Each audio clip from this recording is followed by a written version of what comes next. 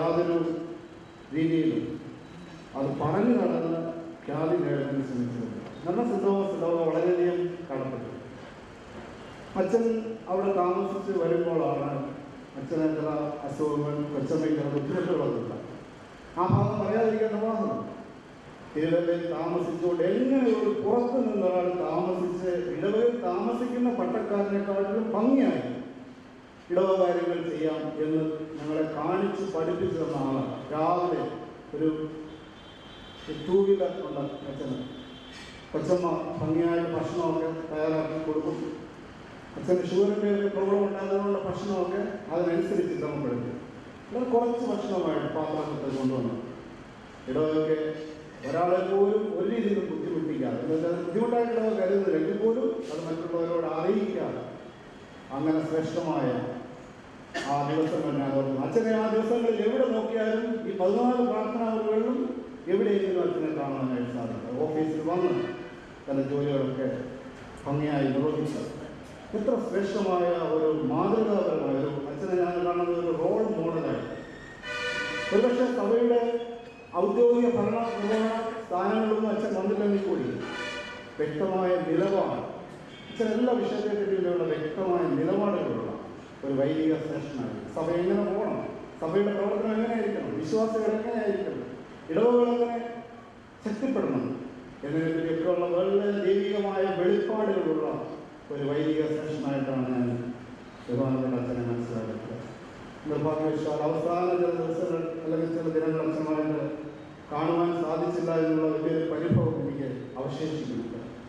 ഇവിടെ തിരുവല്ലയിൽ താമസിക്കാൻ വന്നതിന് ശേഷം പതിവായിട്ട് ഞാൻ അച്ഛനെ കാണുന്നതാണ്. പക്ഷേ പ്രിൻസിപ്പളൊക്കെ ആയതിനു ശേഷം എനിക്ക് എൻ്റെ പരിമിതികൾ മൂലം അത് സാധിക്കാതെ പോയത് എനിക്ക് അഭിപ്രായത്തില്ല. എന്നാൽ അച്ഛൻ്റെ അവസാന ഭാഗം എങ്ങനെയായിരുന്നു കേൾക്കാൻ എനിക്ക് വളരെയധികം ആഗ്രഹമുണ്ടായിരുന്നു. ഞാൻ കൊച്ചമ്മയോട് കേൾക്കി. അപ്പോൾ എനിക്ക് കൊച്ചമ്മയിൽ വേണ്ടിയ സാക്ഷ്യം ഇവിടെ പറയാതിരിക്കാൻ നിർവാഹമുണ്ടായിരുന്നു. അച്ഛൻ വളരെ മാസങ്ങളോളം വളരെ പ്രത്യാശയും താൻ പ്രിയം വെച്ച ആ ഇടം എന്തെന്ന് അച്ഛൻ വെളിപ്പെട്ടില്ല. അച്ഛൻ അത് കൊച്ചമ്മയോട് പറയുമായിരുന്നു വളരെ സുബോധത്തോടുകൂടി, അല്ലാതെ എന്തോ അൺകോൺഷ്യസ് ആയിട്ട് വളരെ സുബോധത്തോടുകൂടി ഞാനിപ്പോൾ എവിടെയായിരിക്കും, എന്തായിരിക്കും എന്നുള്ളതിനെ പറ്റിയൊക്കെ അതൊക്കെ സാധിക്കുക എന്നുള്ളത് വളരെ എന്താ പറയുന്നത് ട്രാൻസ്പെറൻ്റ് ആയിട്ടുള്ള സുതാര്യമായിട്ടുള്ള ഒരു ജീവിതത്തിന് മാത്രമേ അതൊക്കെ സാധ്യമാകുള്ളൂ. ദൈവാശ്രയമുള്ള ഒരാൾക്ക് മാത്രമേ സാധ്യമാകുള്ളൂ. അങ്ങനെ അച്ഛൻ്റെ ശ്രേഷ്ഠമായ ജീവിതം ശരിക്കും പറഞ്ഞാൽ അവസാനിക്കുമ്പോഴും വളരെ വലിയൊരു പ്രത്യാശയോടെ കൊച്ചമ്മ പറയുന്നുണ്ടായി, അവസാനത്തെ 5 മാസം എനിക്ക് യാതൊരു അസുഖവുമില്ല. ഒരു പക്ഷേ ഈ ശ്രേഷ്ഠനായ അച്ഛനെ അല്ലെങ്കിൽ തൻ്റെ ഭർത്താവായ അച്ഛനെ ശുശ്രൂഷിക്കുന്നതിന് വേണ്ടി ദൈവം ധൈര്യപ്പെടുത്തി എന്നുള്ളൊരു സാക്ഷ്യം കൊച്ചമ്മയിൽ നിന്ന് കേൾക്കാനിടയായി. ഇതൊക്കെ നമ്മുടെ ജീവിതത്തിന്, നമ്മുടെ മുന്നോട്ടുള്ള പ്രയാണത്തിന്, ഈ ലോകത്തിലെ ജീവിതത്തിന് അപ്പുറമായ നിത്യമായൊരു നിത്യതയെ പറ്റിയുള്ള പ്രത്യാശകളൊക്കെ തന്നെ ഈ ലോകത്തിൽ നമ്മുടെ ചുമതലകൾ നിർവഹിക്കുന്ന ആൾ ഏറ്റവും വലിയ ദൗത്യം ഇന്ന് കാണുകയും അത് ജീവിതത്തിൽ കൂടി കാണിക്കുകയും ചെയ്തു എന്നുള്ളത് എത്രയോ ശ്രേഷ്ഠകരമാണ്. വളരെ സന്തോഷമുള്ള ഒരു കുടുംബം.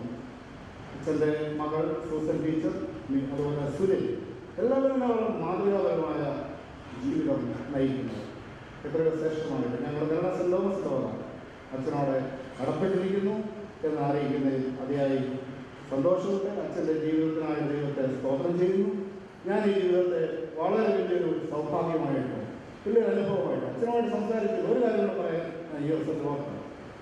പത്തനാപുരത്ത് ഞാൻ അച്ഛൻ്റെ കുടുംബത്തിൽ പോയിട്ടുള്ളതാണ്. വളരെ വലിയ സ്വത്തൊക്കെ ഉള്ള ഒരു കുടുംബത്തിൽ പറമ്പും സൗകര്യങ്ങളൊക്കെ ഉണ്ട്. അപ്പം ഞാൻ അച്ഛനോട് ചോദിച്ചു, അച്ഛാ പത്തനാപുരത്ത് പോയി താമസിച്ച അച്ഛൻ്റെ പ്രോപ്പർട്ടികളുണ്ടോ? മുന്നേ എനിക്ക് വളരെ 6-7 സെൻറ്റ് സ്ഥലം ഒതുങ്ങി എനിക്ക് ജീവിക്കണം.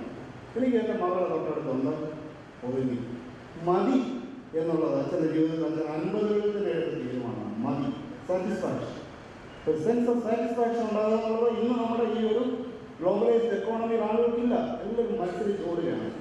വളരെയധികം സന്തോഷങ്ങൾ കിട്ടാൻ വേണ്ടിയുള്ള സൗകര്യങ്ങൾ കിട്ടാൻ ഇതൊക്കെ നമുക്ക് മാതൃകാപരമാണ്. കാരണം സെന്റ് തോമസ് ഇടവകയുടെ ആ ഒരു സ്നേഹവും ബഹുമാനവും ആ കുടുംബത്തോട് അറിയുകയും ഇടവകയുടെ അനുശോചനം അറിയുകയും ഞങ്ങളുടെ ഇടവകയിൽ നിന്ന് അച്ഛനും അതുപോലെ തന്നെ ജനങ്ങളും ആദരസൂചകമായിട്ട് എത്തിയിട്ടുണ്ട്. അവരെ വീട്ടിലെ ശുശ്രൂഷയ്ക്ക് ഉണ്ടായിരുന്നു. ഇപ്പോൾ ഒരുമിച്ച് ഞങ്ങൾ സമർപ്പിക്കുന്നതാണ്.